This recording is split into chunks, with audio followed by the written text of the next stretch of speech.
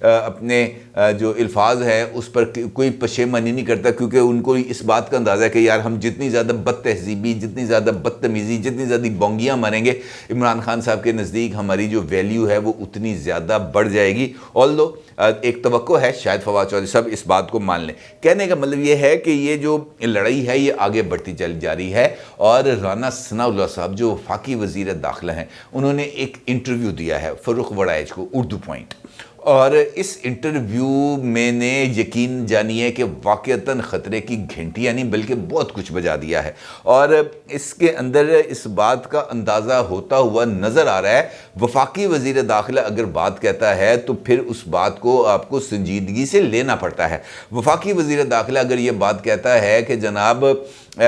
یا اسی آپ نے یا گاہ کے نہیں، اگر ہم دونوں آ گئے ہیں میدان میں، دونوں میں سے اب کسی ایک کی رخصتی طے ہے، ایک کو جانا پڑے گا، یہ زندگی اور موت کی لڑائی ہے، جو بچے گا وہی زندہ رہے گا اور جو نہیں بچے گا وہ نکل جائے گا، اس منظر نامے سے آؤٹ ہو جائے گا۔ تو اس کا مطلب یہ ہے کہ یہ جو واقعات ہیں یہ واقعتاً بہت ہی زیادہ سنگینی کی طرف جا رہے ہیں۔ ادروائز رانا ثناء اللہ صاحب کو یہ بات کہنے کی ضرورت نہ پیش آتی کہ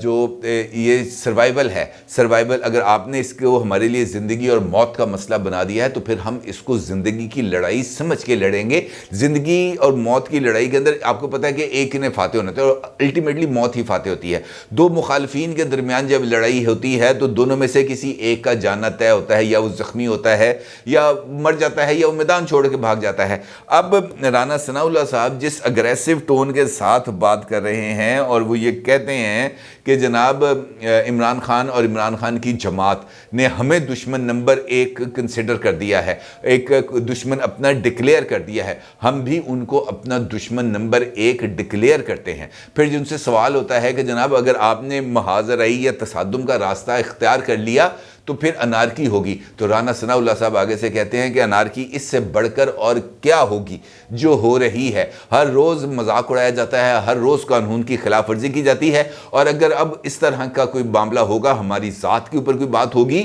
تو ہماری طرف سے بھی ویسا ہی جواب آئے گا۔ مطلب یہ ہے کہ وہ کہتے ہیں کہ انارکی ہوتی ہے، ہو جائے خانہ جنگی ہوتی ہے، ہو جائے سر لوگوں کے پھٹتے ہیں پھٹ جائے، لیکن یہ جو لڑائی اب شروع ہونے جا رہی ہے، یہ لڑائی اب کسی نہ کسی ایک کے اختتام تک، چاہے وہ سیاسی اختتام ہے چاہے وہ طبعی اختتام ہے، اس تک جا کر ہی ختم ہوگی۔ تو اس کا مطلب یہ ہے کہ ہم واقعتاً پوائنٹ آف نو ریٹرن تک جا رہے ہیں۔ عمران خان صاحب کو شاید اس بات کا اندازہ نہیں کہ ان کے ساتھ والے لوگ ہر وقت خانہ جنگی خانہ جنگی خانہ جنگی کی بات کرتے ہیں، اور اگر ان کے سیاسی مخالف کی طرف سے بھی خانہ جنگی کی بات آ رہی ہے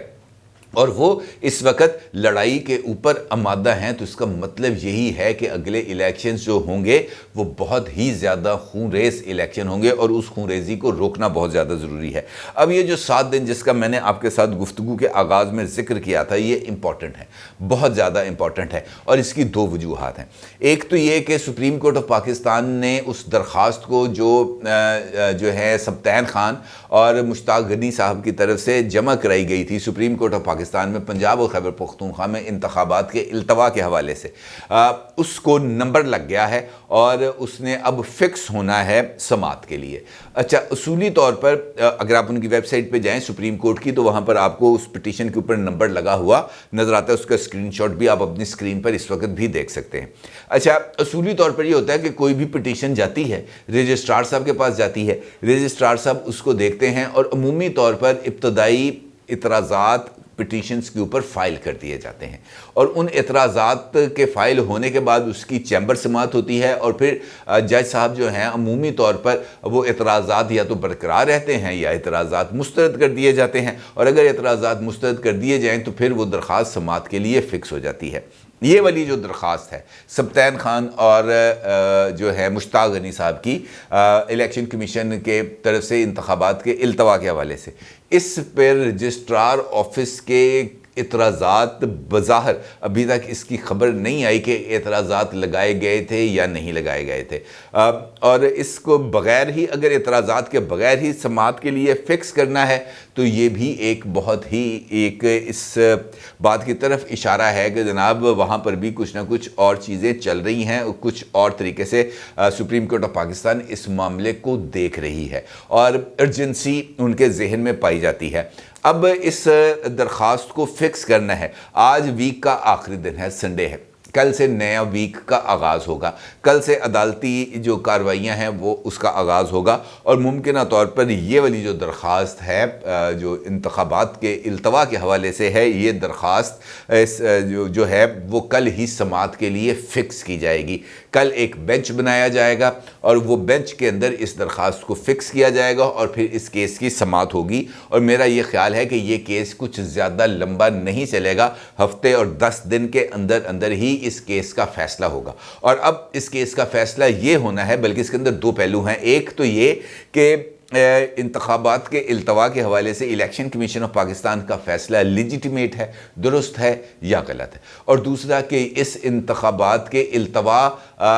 کا جو معاملہ ہے کیا یہ توہین عدالت کے زمرے میں نہیں آتا، اور اگر یہ توہین عدالت کے زمرے میں آتا ہے تو پھر کون اس